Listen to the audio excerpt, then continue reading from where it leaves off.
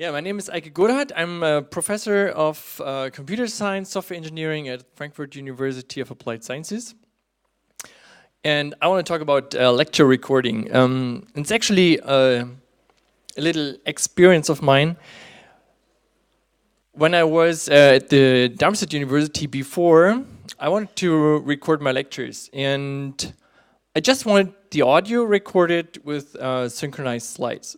So sound pretty easy, but the procedure there was a student came to film me in every lecture, then the audio was extracted from the video. I had a remote microphone which was then plugged into the camera, so the sound was pretty good. My PDF slides were used as the base for the footage, and then the synchronization from my lecture with the slides was made by hand by this student who recorded my lecture, and then the thing was published into Moodle. So it somehow was an ABM in Germany. So it's a job creation activity, I say. So a pretty dumb job to record and then do all the things by hand. And I thought it just every information is already present at the computer I used. So at any given point in time, my computer knows what is displayed on my display or on the projector. And what I also have is all the interactions with my computer. So when I press a button, the computer knows this. So the only thing at this point when I start thinking was, oh, how do I get good quality audio for the lecture?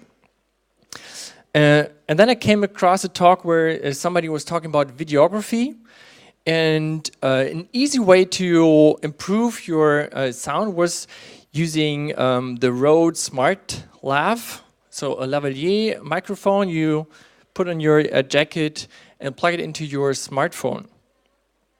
And this way you get really, really good audio quality. You can sync this with your video or when you're videography or whatever. Okay, and this was my final puzzle I needed. So I started with this idea. I want to have no extra hardware in my lecture room. I want to have high quality audio and video information. I want to support mobile users. So minimal hardware or bandwidth requirements. So this all led me to HTML5 based viewer. So for this area, or we want to look into 3 areas there. So the general setup I used in my experiment, the audio recording and the frame recording. I call it at this point frame recording because sometimes you do have some animations, so it's not about the slides but more about the frames, which may be the same but does not have to be theirs. Okay, this is the general setup I used. I just took the presentation itself as one basis. So I used the PDF and the actual text which was used for the lecture. I extracted also all the images from the PDF, so I had all the separate slides or frames.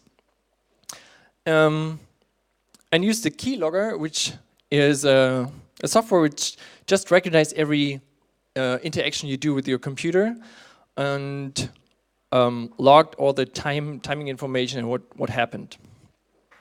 So the actual text and the keylogger lead to some information stored in JSON. It's a specific format where all the other information was also stored. So what was the name of lecture, the date, the speaker, the audio file, and for every slide, or there's a little bit missing, for every slide, the title, the content, the image file of the frame, and the timing information. So when does this slide appeared? Did this slide appear? And I used the microphone to record the audio, as I said, with this Rode Smart Lav. compressed it and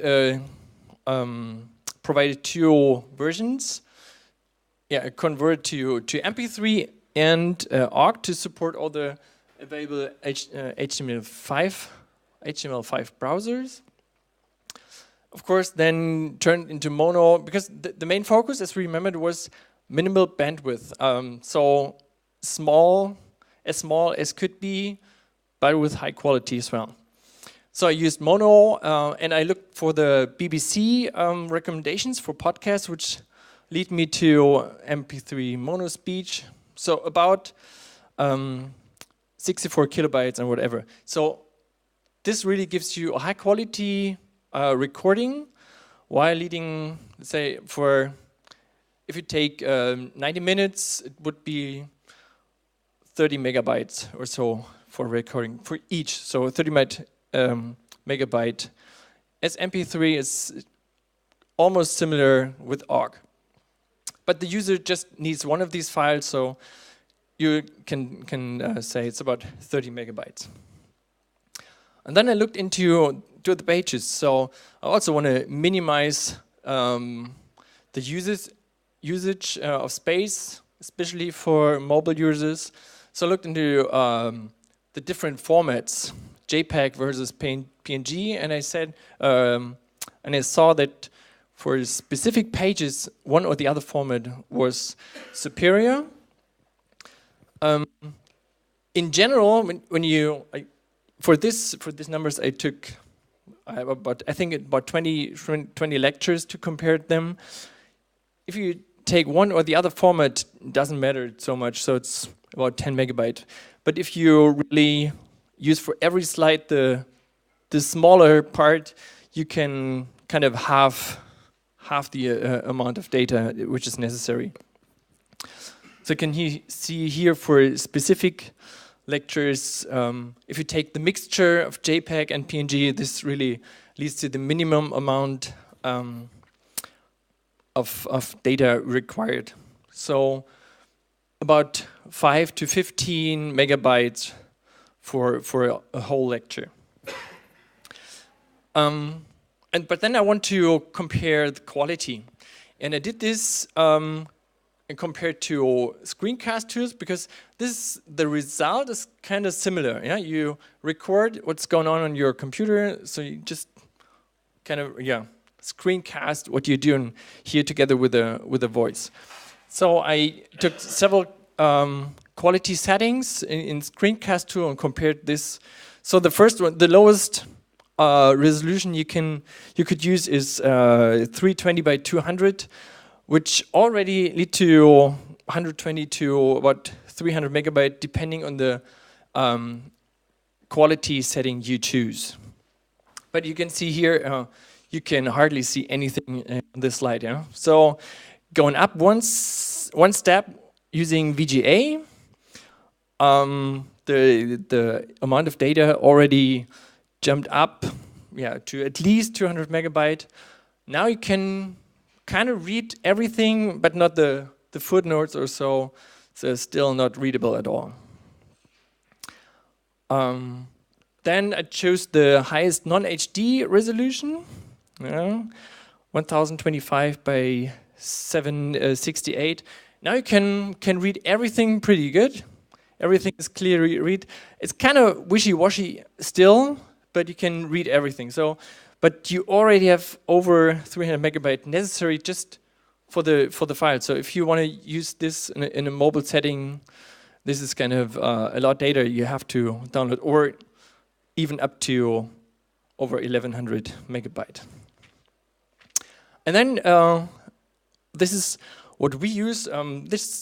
The resolution is kind of arbitrary, which just was the default setting when we compared when we converted the PDF file into several slides. But you can see here, this is now crisp and clear. You can see everything. So going back one slide, this is still kind of washy, and this is really crisp. What you get in this, and in the sum, the whole lecture was about 55 megabyte. Everything. So high quality audio, high quality video. this is now the result of the browser. So you see all the information and how we use it. So it's kind of oriented or based on what you use, what you are used to from YouTube. You have the viewer here. You have all the controls. And now you get the information. So this is why we store the information in JSON about who did when the lecture. You can download as a student the files, only the audio or the PDF.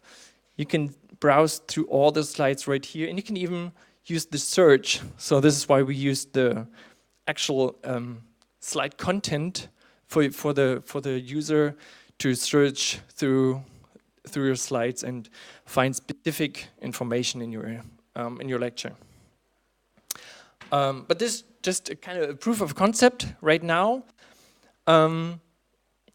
We made it somehow easy using the LaTeX basis for this, but it should be pretty easy to support other presenting software like Microsoft PowerPoint or so.